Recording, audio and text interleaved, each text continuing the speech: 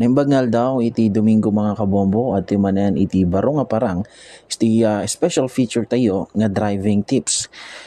Ita nga gunday mga kabombo gapu paylaan kadagiti napalabas garud nga aldaw ket adda iti dayto nay masideg nga taxi driver ditoy istasyon tayo tapno kasta ket iapila na dayto nay paylaeng napasamak nga panang ticket king kuana iti maysa payla nga pulis gapu paylaeng iti violation mga kabombo nga naaramid na. Nga met in depensa iti daytoy driver ket awan met iti violation nga inaramid na wenno nilabsing na nga ordinansa ditoy syudad iti Baguio.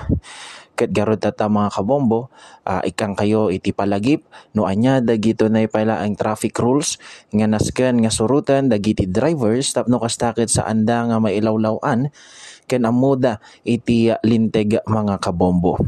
Anak duma iti dayto nay palang ordinansa nga adda ditoy syudad iti Baguio no sa dinno ket ipatpatumbal da nga naingat tapno kasta agbalin nga organize ken agbalin nga safe iti kalsada iti aglawlaw iti syudad iti Baguio. Umuna dita mga kabombo dito na anti-obstruction, kadwa na matan iti illegal parking mga kabombo, dito dagiti kadaywan nga violation nga malablabsing dito syudad iti Baguio. Number 1 dito na no parking ken iti obstruction. Iti anti-obstruction mga kabombo ket kaslamat laeng no parking no sa dino maiparit iti mangiparada iti lugan kadagiti igid iti kalsada kadagiti sidewalks no sa dino masiraan iti dalan dagiti lugan kastamatan nga makasira iti dalan dagiti magmagna mga kabombo no sa dino iti ticket no matpaayan ka iti citation ticket ket ada iti panusam nga 500 pesos para iti umuna nga offense. Second offense ket 1,000 ket third offense ket 1,500 nga adameten iti community service nga kaakibat na daytoy mga kabombo. May kadwa mga kabombo nga ordinansa no sa dino daytoy iti kadaywan metlaeng nga malablabsing dito syudad iti Baguio. Saan laeng nga dagiti umili no di ket pati dagiti dagito nay turista. May kadwa ket dayto nay coding scheme mga kabombo. Kada tayo nga drivers amo tayon iti coding dagiti lugan tayo sursuruton tayo dagito nay laeng Lunes, Martes, Miyerkules, Huwebes, Biyernes no sa dino dagito nay maudi nga numero iti dayto nay lugan tayo wenno plate number tayo isumatan iti pangibasaran tayo iti dayto nay paylaeng coding.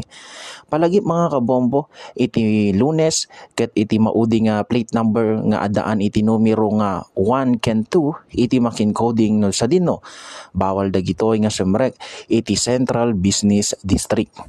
Iti Martes ket iti 3 ken 4 iti Miyerkules ket iti 5 ken 6 iti Huwebes 7 ken 8 ken iti Biyernes ket iti 9 ken 0.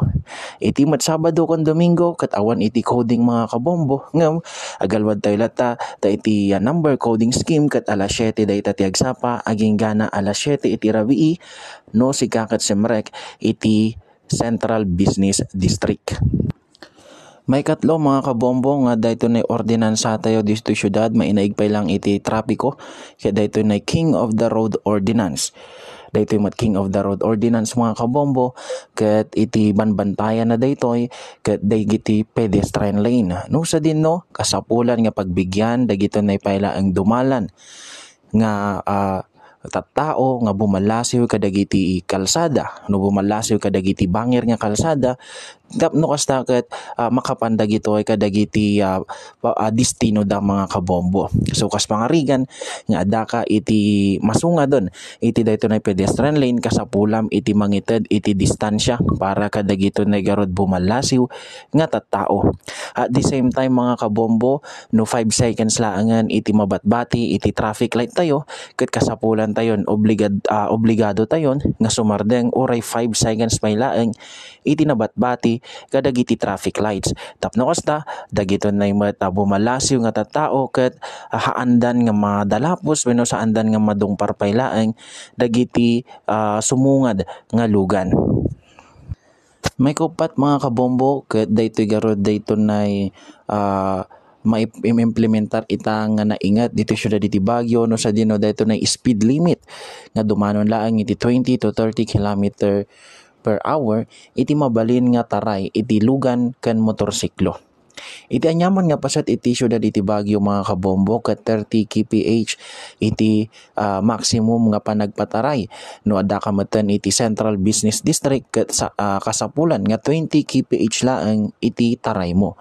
Tano kasta mga kabombo adda meten dayton nay instrumento iti Baguio City Police Office particular iti Traffic Enforcement Unit no sa dino daytan iti araramaten da tapno maduktalan ken no maamuanda no iti may sangalugan ket tumartaray iti sobra iti 20 kph para iti Central Business District ken dagiti outer roads meten ket 30 kph iti mabalin nga panagpataray da.